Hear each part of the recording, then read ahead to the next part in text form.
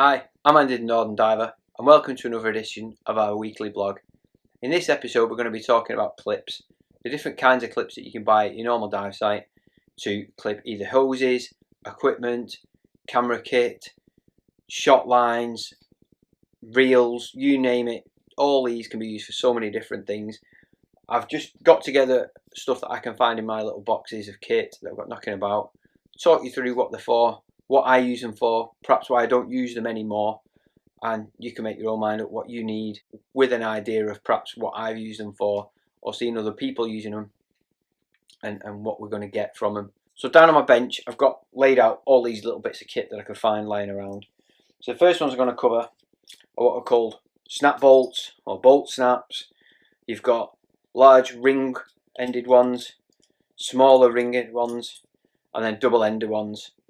Now these are used generally when trying to clip a piece of kit to you, but it's not always got a clip on it, so you'll clip one thing around something that's got a loop on and then perhaps clip the other bit to yourself, but not always keep that on the piece of kit. So for instance, my dive cylinders, when I'm diving side mount and I've got a bit of a walk to do, I'll clip this end to a loop that's around the cylinder neck, and then this I'll clip onto my harness so I can carry them without having to use my arms, so I can keep my arms free but support the elastics and bungees and whatnot that hold my cylinders a little bit better until I get in the water. I'll then completely remove that off both ends, stow it away in my pocket, clipped up. It's safe then to use. But these are stainless steel. The big thing to note is just inside the slider mechanism of the gate, every now and again cheaper ones, the spring can be slightly exposed and get caught. So as you're trying to open it, it sort of gets to about this far and doesn't really do much more. So you can get a little pin in there perhaps and just push it down. But generally when that starts to happen, it's going to happen quite regularly, so it might be worth just discarding it, put it in the bin. So these other two then, with a nice big sort of thumb ring in there. I'd use one this big on the side of a cylinder so I can locate it with my thumb, pull down on the gate and then clip that to the back of my kit. It's nice and strong, so it's easily going to take the weight of a cylinder, and big and chunky, so I can get my thumb in there, my fingers around it if I need to, and use it as I need to. That's a great bit of kit. Now cheaper ones, these are available. We've got a pet store near us, and these are probably not stainless steel. If they are, it's going to be a very cheap variant, so it may start to rust up, and certainly the spring isn't going to last very long. But you can pick these up for £1 or £2, whereas if you go to the dive shops, or you certainly buying from a proper dive shop online, you're likely to get a stainless steel one. This just looks like it's chromed. Not a clue what it's made of. Don't know if it's magnetic or not, but it seems to do the trick. And these are probably used either on a hose or on top of a small torch. So they're the bolt snaps. Then we're going to move on to carabiners. So this is a very heavy duty stainless steel carabiner, and it's what's called a snap gate.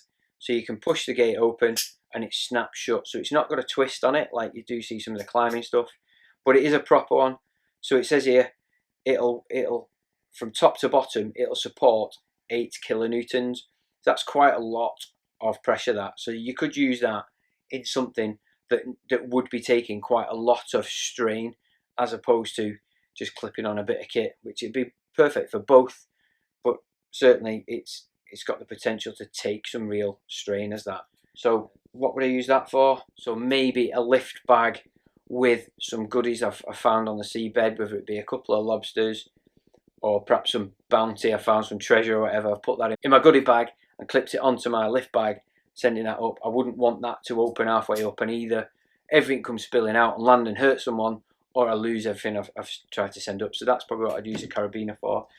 We've then got these, which are called Widowmakers, or known as Widowmakers. This is made of it says bronze, but I very much doubt it's made of bronze, to be fair. But the reason they're called Widowmakers, it's very much like a snapgate carabiner, but as you can see, the top comes out like a hook. So what I've been known is, as people are swimming along, they might get caught on a line which is directed in there because of this sort of barb on the hook of it.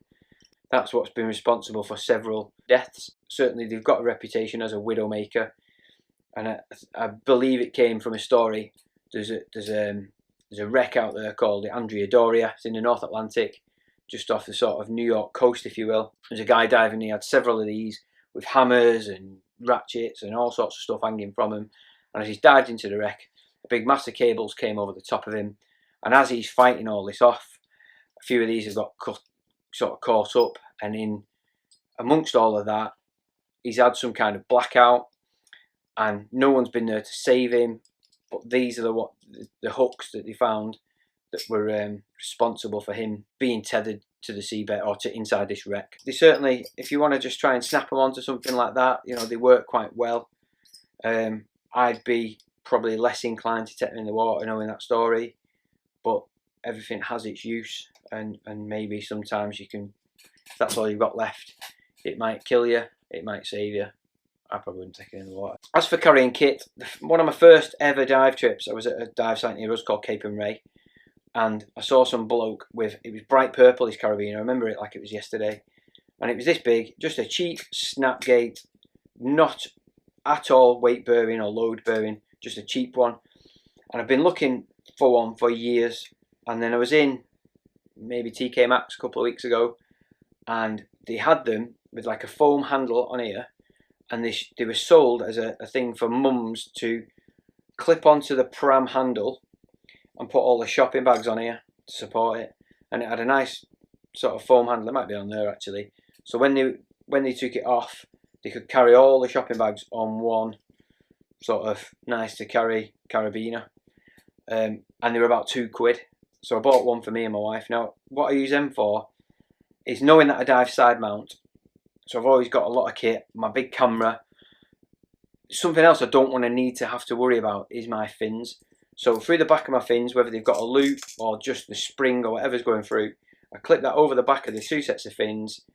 They'll dangle like that, and I can clip that onto my kit at some point higher up on me sort of harness, and they'll just flap but not go anywhere else. So I can carry them back to my car, up to the cafe or wherever I'm sorting my kit out, and I don't have to worry about whether I've picked them up.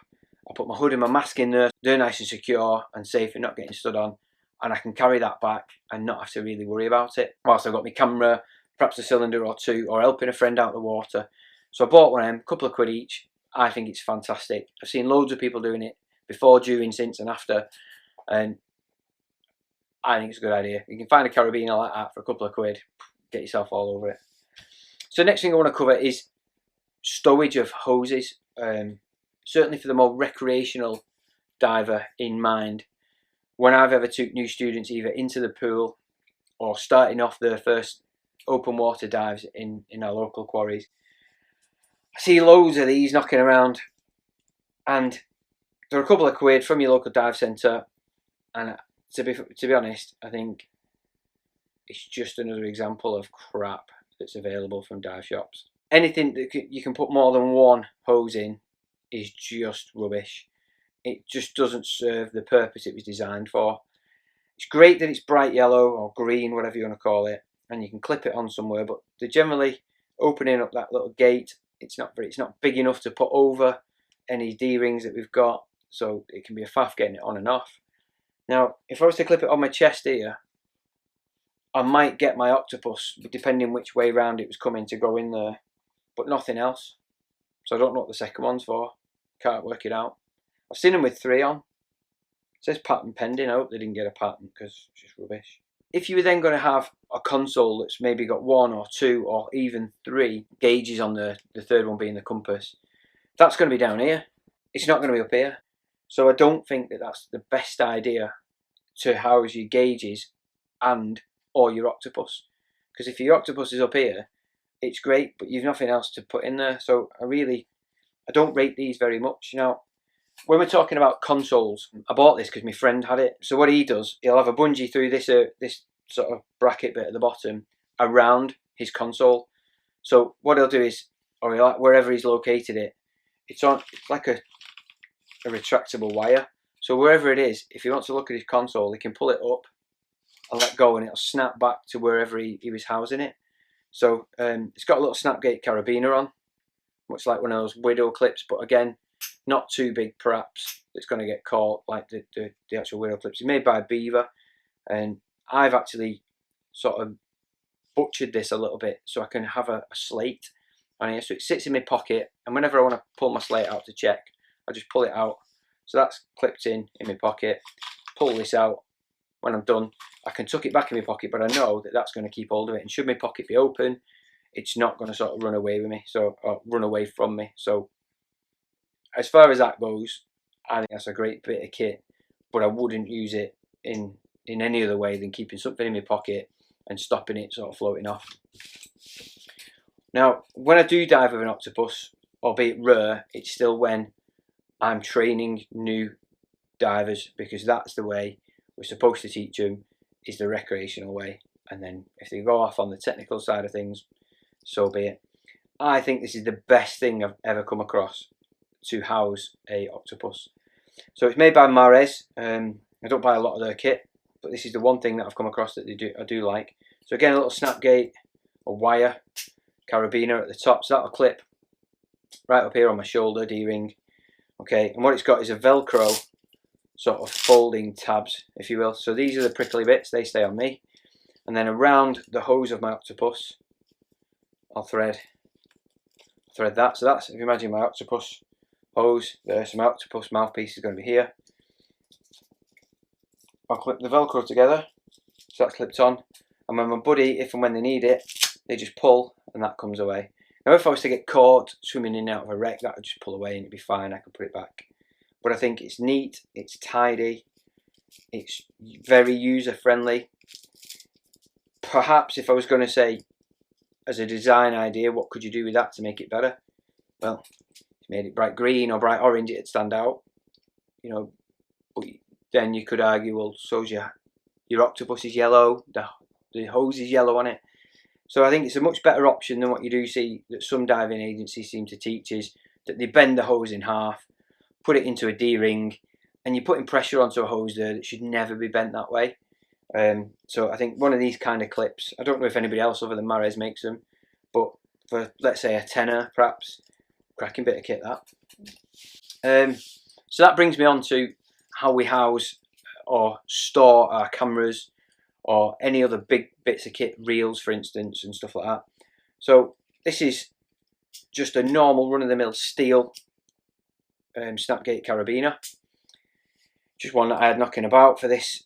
I've actually made this a bit more my own. I've cut bits off it and made it work for me, but this is what I would use if I was using a reel. So this would clip on to me holding the reel on, and I'd undo the pinch clip, which would be wrapped around the reel handle perhaps, or looped on with this sort of key ring thing. Use what I need to use, then clip it back on. Problem with that is if I drop whatever piece of kit I'm using, it's gone. So, or if I was to drop this end for instance, this is quite heavy, so this would definitely be gone. But the bright yellow, and depending where they'd landed, I may or may not be able to find them a bit better. So the other option is something very similar. So we've got two forms of Snapple on it. So you've got the normal just with a ring on and a double ender perhaps. So you can clip this onto your kit and clip this onto your whatever you're using. So this onto your actual harness, maybe this onto your camera, and as you're using it, you've got all this stretch. Should you drop it, well, it's retrievable because it's still fastened to you. You can get a full arm stretch on it should you need to, and then when you're done with it, you can just clip it back on, and perhaps even unclip then and go and stow whatever your kit is that you're using somewhere else, around your back or to the line or whatever you're using. So there's obviously many different sort of forms of clips and connections. My little bit of take on them for what it's worth, and I hope that it's been some use to you. If it has, give me a thumbs up at the bottom. If it's not, put some comments in. If you'd like to subscribe, click this button here. As we do every week on these, we always put the fans video at the bottom and then last week's videos above if you've not seen us before. And I'd hope to see you on the next one, or see you on Insta.